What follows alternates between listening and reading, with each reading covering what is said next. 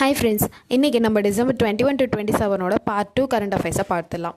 ரீசெண்டாக இந்தியாவுக்கும் குவைத்துக்கும் இடையே 4 ஒப்பந்தங்கள் போடப்பட்டிருந்தது. இதில் இந்திய பிரதமர் மோடி அவர்களுக்கு குவைத் நாட்டின் உயரிய விருதான தி ஆர்டர் ஆஃப் முபாரக் அல் கபீர் விருது வழங்கப்பட்டிருக்கு. அமெரிக்க முன்னாள் அதிபர்கள் bill Clinton, George Bush, Britain இளவரசர் சார்லஸ் உள்ளிட்டோர் இவ்விருதை இதுக்கு முன்னாடி வாங்கியிருக்காங்க. பிரதமர் மோடிக்கு வழங்கப்பட்ட 20வது சர்வதேச விருது இதுதான். பிரதமர் நரேந்திர மோடி அவர்களால் 2019 தொடங்கப்பட்ட ஒரு இயக்கம் தான் ஃபிட் இந்தியா இயக்கம். இது பிட் இந்தியா இயக்கம் கிடையாது, ஃபிட் இந்தியா இயக்கம். நீங்கள் கன்ஃபியூஸ் ஆகிக்க வேண்டாம். பிட் இந்தியா இயக்கம் இந்தியன் நேஷனல் மூமெண்ட்டில் வர ஒரு இயக்கம். இந்த இயக்கமானது தனிநபர் ஆரோக்கியத்திற்காக சைக்கிள் ஓட்டுவதன் தேவையை வலியுறுத்துது. புரு பழங்குடியினர் எந்த மாநிலத்தை சேர்ந்தவர்கள்? ஆன்சர் திரிபுரா. அரசமைப்பு சார்ந்த நிறுவனங்கள்லையும் ஒரு சில அரசமைப்பு சாராத நிறுவனங்களிலும் அரசியல் தலையீடு இருக்கக்கூடாதுன்னு உச்சநீதிமன்றம் வலியுறுத்தி இருக்கு. இந்திய தேர்தல் ஆணையம், தலைமை கணக்கு தணிக்கையாளர், மத்திய மற்றும் மாநில அரசு பணியாளர் தேர்வாணையம், பிற்படுத்தப்பட்டோர் ஆணையம் உள்ளிட்ட அரசமைப்பு சார்ந்த நிறுவனங்களையும், மத்திய ஊழல் கண்காணிப்பு ஆணையம், மத்திய தகவல் ஆணையம் உள்ளிட்ட அரசமைப்பு சாராத நிறுவனங்களையும் அரசியல் தலையீடு இருக்கக்கூடாது.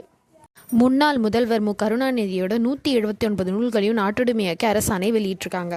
2025 ஜனவரி 20 உலக பொருளாதார உச்சி மாநாடு சுவிட்சர்லாந்தில் நடைபெற இருக்கு. இதில் இந்தியாவிலிருந்து 3 முதல்வர்களும் 100 சிஇஓக்களும் பங்கேற்க இருக்காங்க. இதற்கான கருப்பொருள் நுண்ணறிவு யுகத்திற்கான ஒத்துழைப்பு. தேசிய மனித உரிமை ஆணைய தலைவராக ஓய்வு பெற்ற நீதிபதி ராமசுப்ரமணியன் நியமனம். இவர் தமிழகத்தை சேர்ந்த முதல் தலைவர் என்பது குறிப்பிடத்தக்கது. ரயில் பயணிகள் வாலெட் பயன்படுத்தி யூடிஎஸ் மொபைல் ஆப் அல்லது ஏடிவிஎம் மூலம் டிக்கெட் எடுக்கும்போது டிக்கெட் கட்டணத்தில் 3% கேஷ்பேக் வழங்கும் நடைமுறை அமலுக்கு வந்திருக்கு. இந்தியாவோட 5வது பிரதமராக பதவி வகித்த சரண் சிங்கோட பிறந்த நாளான டிசம்பர் 23 கிசான் திவாசா, அதாவது விவசாயிகள் தினமாக 2001 கொண்டாடிட்டு வரோம்.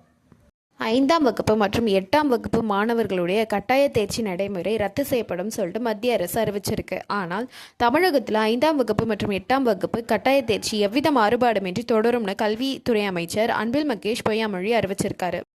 மும்பை ஐஐடி மற்றும் டாடா நினைவு மருத்துவமனை இணைந்து உருவாக்கிய இந்தியாவோட முதல் CAR-T செல் சிகிச்சை மையம் திறக்கப்பட்டிருக்கு.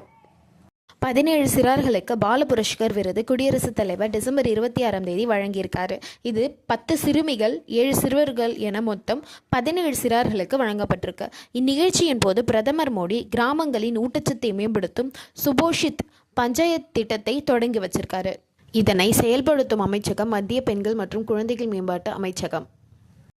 பெரியாரோட 51வது நினைவு நாளை ஒட்டி சென்னையில் இருக்க பெரியார் திடலில் எண்மமயமாக்கப்பட்டுள்ள பகுத்தறிவு நூலகம் மற்றும் ஆய்வு மையத்தை திறந்து வச்சிருக்காங்க.